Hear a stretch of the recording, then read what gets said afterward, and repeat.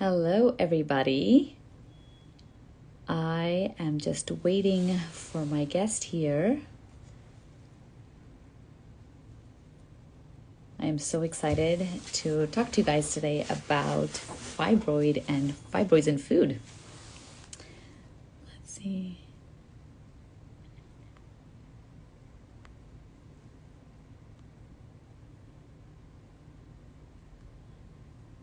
Okay.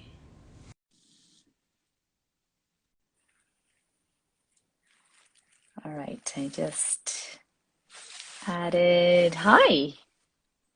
Hi. Hi there. Can you hear me okay? Yes, can you hear me? Yes, yes. Let me just adjust this. Thank you so much for joining in. And Yes. all right. Hello, everybody. It is 6:01. Welcome to the Fibroid Doc. I'm Dr. Prabakar, and I help women with fibroids live a life free of bleeding and pain, and also help women optimize their fertility. And today I am super excited to have Dr. Amanda Atkins on Instagram Live. And she is a board certified internist, and she has a passion for a lifestyle that is centered around plants and eating a plant-based diet. So I will let you introduce yourself, Dr. Atkins. Yes, thank you so much for having me. So yes, I am an internal medicine physician and I focus on plant-based nutrition, especially after I saw what it did for my own health. So I really emphasize that for patients now, because I was able to lose weight and keep it off and actually help me to prevent diseases that actually run in my family, like high blood pressure and diabetes, which was ultimately my reason for starting and continuing to eat plant-based. That's wonderful. And this month is Diabetes Awareness Month as well. So we can talk a little bit about also our diet and helping prevent chronic disease, as you mentioned. But first, I'd like to just, say that, in my work as an OBGYN, I see a lot of women with fibroids. And one of the first things that people ask me is, how did I get this? What did I do? And it takes a while for patients to process the fact that they have fibroids. And then Mhm. one of the first questions that follows is, well, what can I do about this? Yeah. And we know that in terms of what causes fibroids, this is a very complex answer. There's a lot of genetics at play, a lot of um, family history, Mhm. as well as we're finding out that food is Yeah. also a contributor to fibroid Right. growth. And so I actually just, I'm going to quote a couple of studies here, but before I do that, I was wondering if you had anything to say about that in terms of any relationship that you've seen with, in your practice with fibroids and food, or anything that you've heard in your plant-based journey. So I did not have that actually in my patients, but I've been going to more conferences recently, and this is a big topic. I've had a pleasure of listening to a few gynecologists that talk about the studies that they're doing and how it's actually relating to fibroids and actually different gynecological issues. So like the bleeding that you're talking about, things like that, and how we're seeing that a Western diet or a diet high in animal foods and things like that have actually increased people's risk for developing fibroids. And the lack of actually eating fruits and vegetables also contribute. So it's just exciting to hear about all the new information that's coming out. Like we know that fruits and vegetables are healthy for us, but it's just like when you see it connected to so many different disease states that it's just eye opening. Yes.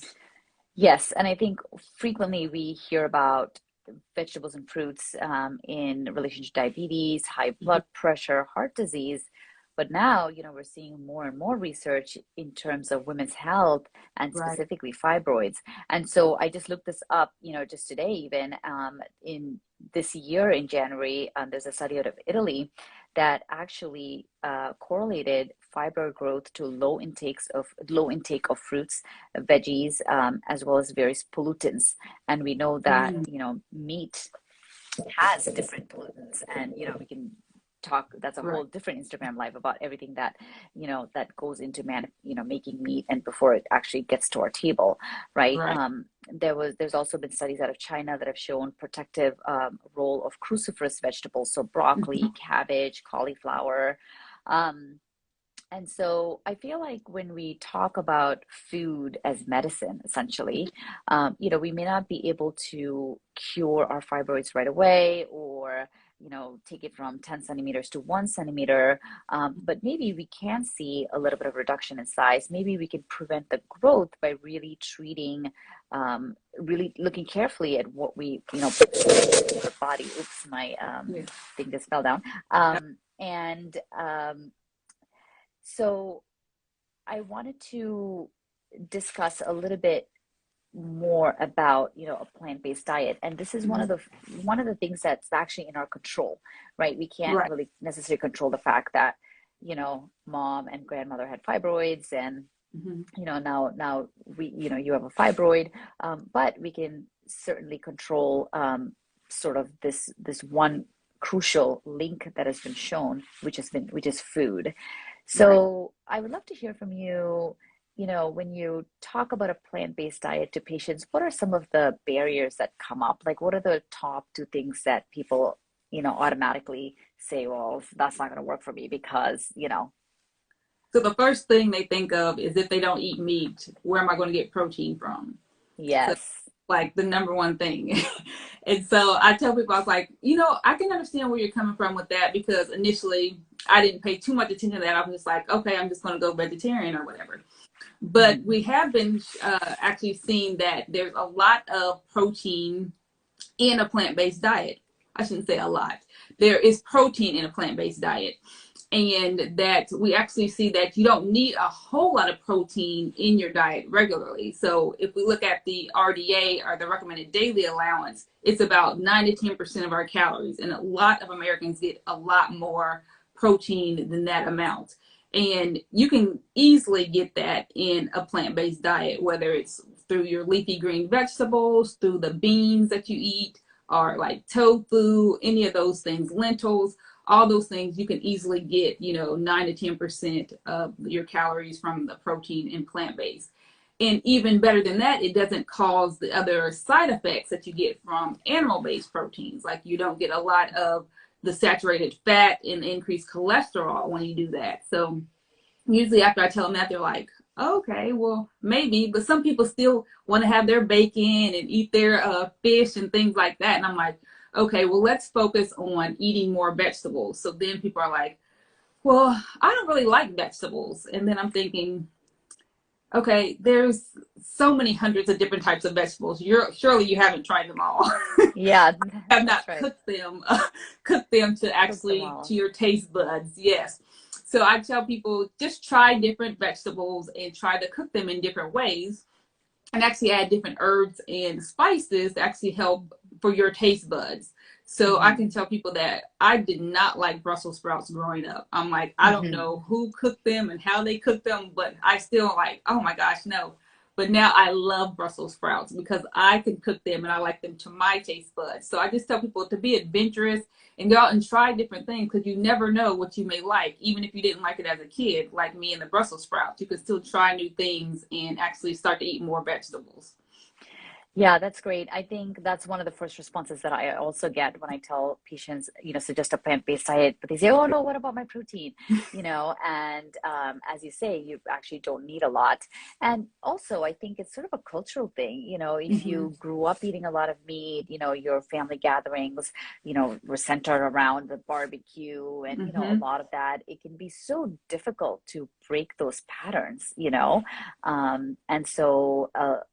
Growing up in India, I grew up there for the first, decade of my life, and it was almost like a status symbol. The more Mm-hmm. meat you could eat, because not everybody could afford, meat, and Mm-hmm. so the rich people ate meat, and like vegetarianism wasn't necessarily looked so highly upon. But Right.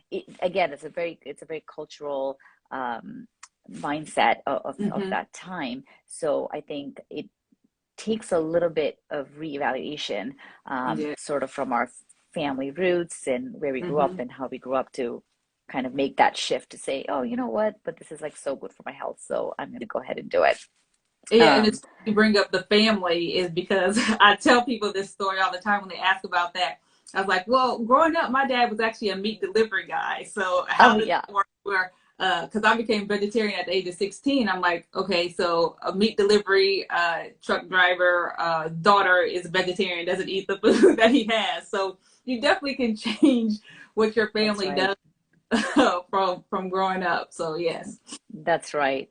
Mm-hmm. And we talked a little bit about, the benefits of a plant-based diet. So definitely with chronic disease such as diabetes, high blood pressure, now we're seeing a relation to fibroids, and who knows, there's so much research coming out now on the benefits of a plant-based diet. Any other benefits you can think of in terms of energy or sleep or anything else you wanted to mention?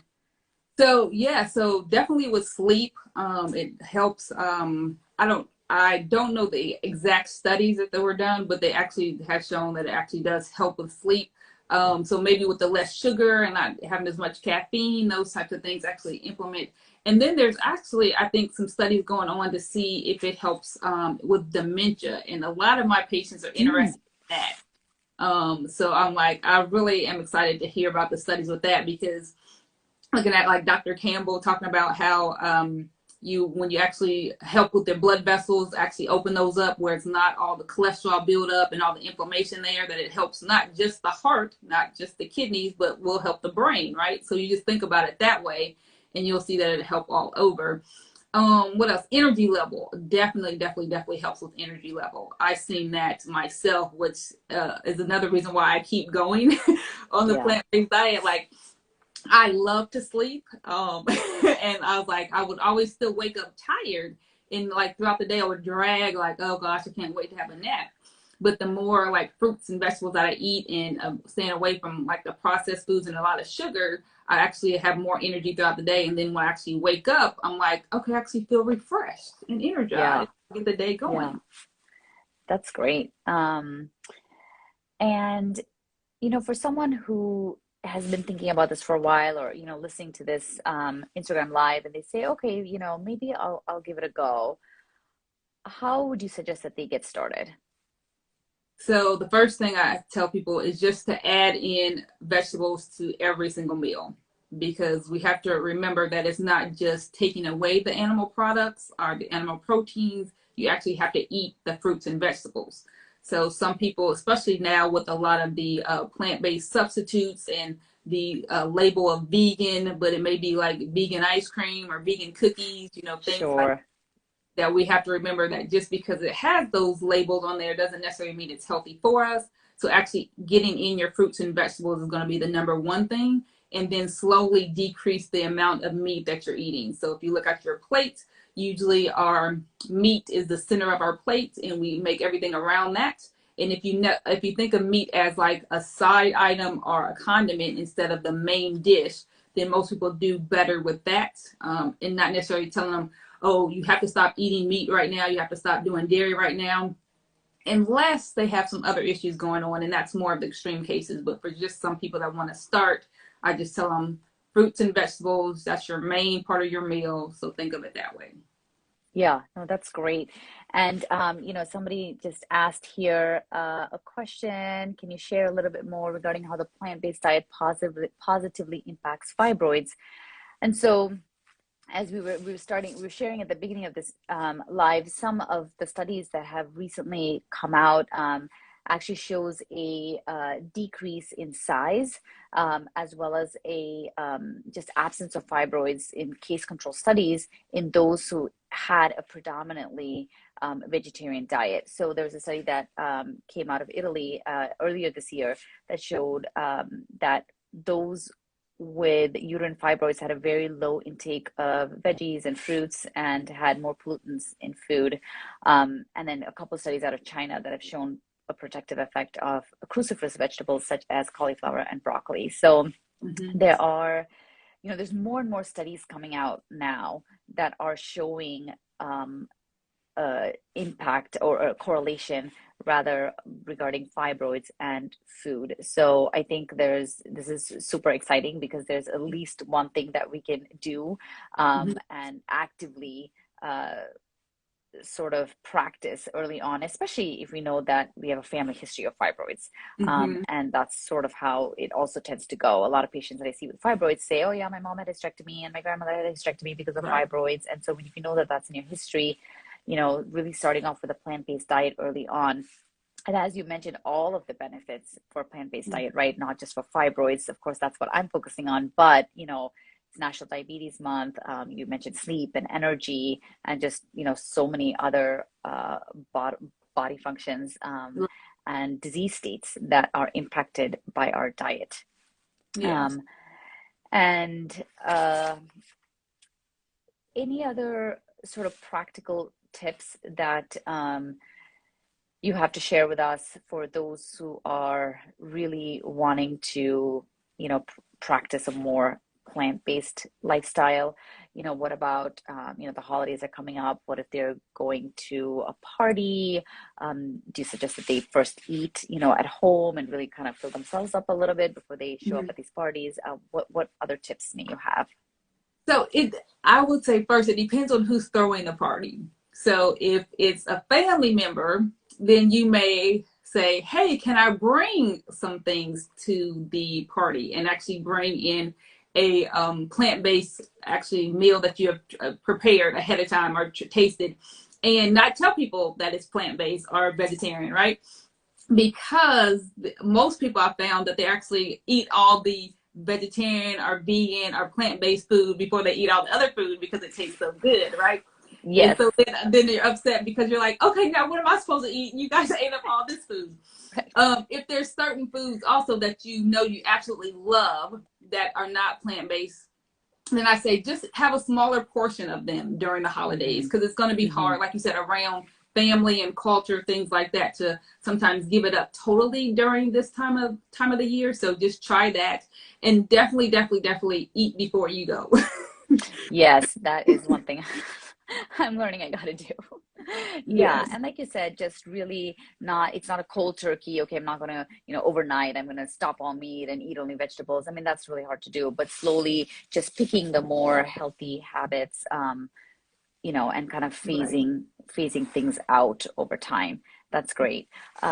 Someone asked about question about tofu and soybeans with history of fibroids. Do soy products make it worse? So this is an excellent question, and I think it really depends on who you ask. But I'm actually reading a book currently called Mastering Diabetes, and it talks a lot about plant-based foods and reversing chronic conditions. And they analyze a ton of papers, and the kind of the final conclusion is that soy is actually a good thing for you. It does have a little bit of estrogen.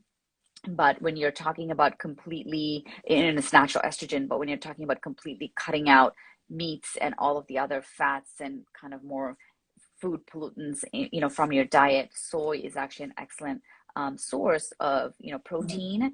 And do you have anything else to add regarding soy? So actually one of the gynecologists also was talking about soy, and if you eat it in its pure form, like the soybeans are the minimally processed like tofu, then it actually is still good.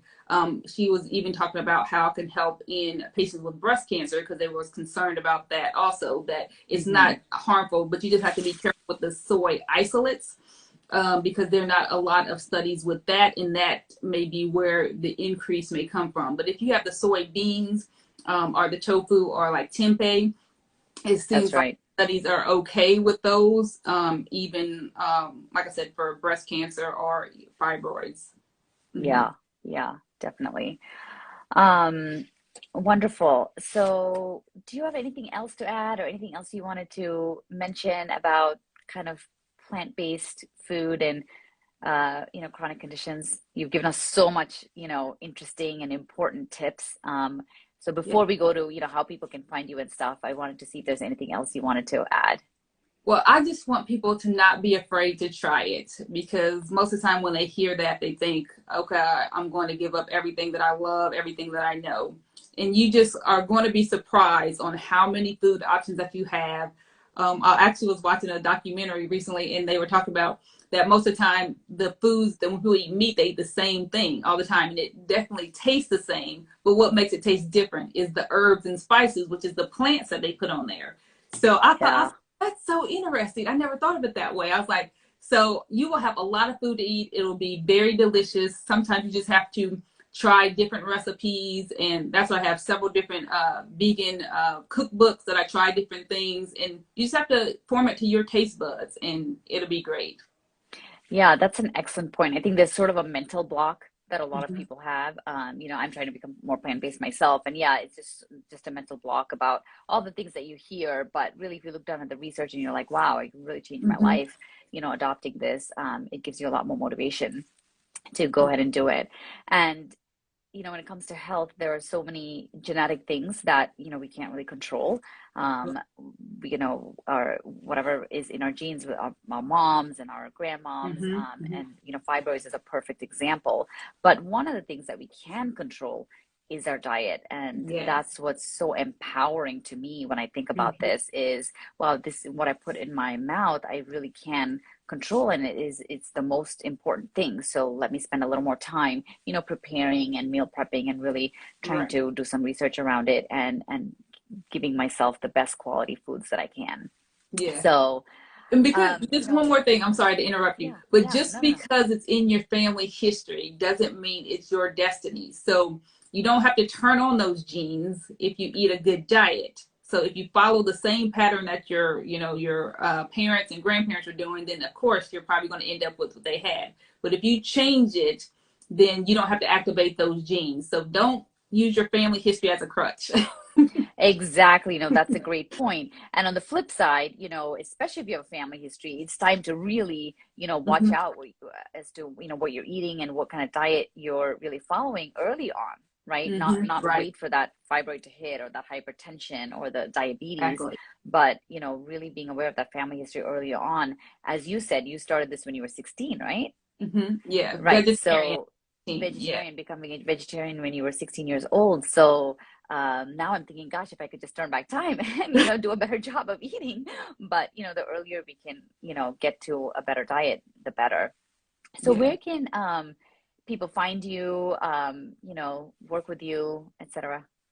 Yes, so I'm on Facebook and Instagram at Dr. Amanda Atkins, and my last name is spelled Adkins, not to be confused with the other Atkins. So yeah, if you follow me on social media, you'll see everything going on. I do have a detox that I do 4 times a year to get people kind of a kickstart to plant-based eating. So our next one will be in January. So if you follow me, you'll be able to see when we start. Wonderful. Well, thank you so much for coming on and all this valuable information that you've provided. Thank you all for listening and for the questions that people asked. They were so great. And all right, well, take care and go Yeah. check out Dr. Amanda Atkins. Follow her on Instagram. And if you have fibroids, or you know somebody who has fibroids, please follow me at TheFibroidDoc here on Instagram, as well as YouTube, for educational videos and information. Thank you, Thank you everybody. so much for And having me. yes, you're welcome. Have a great night. Bye bye. Bye.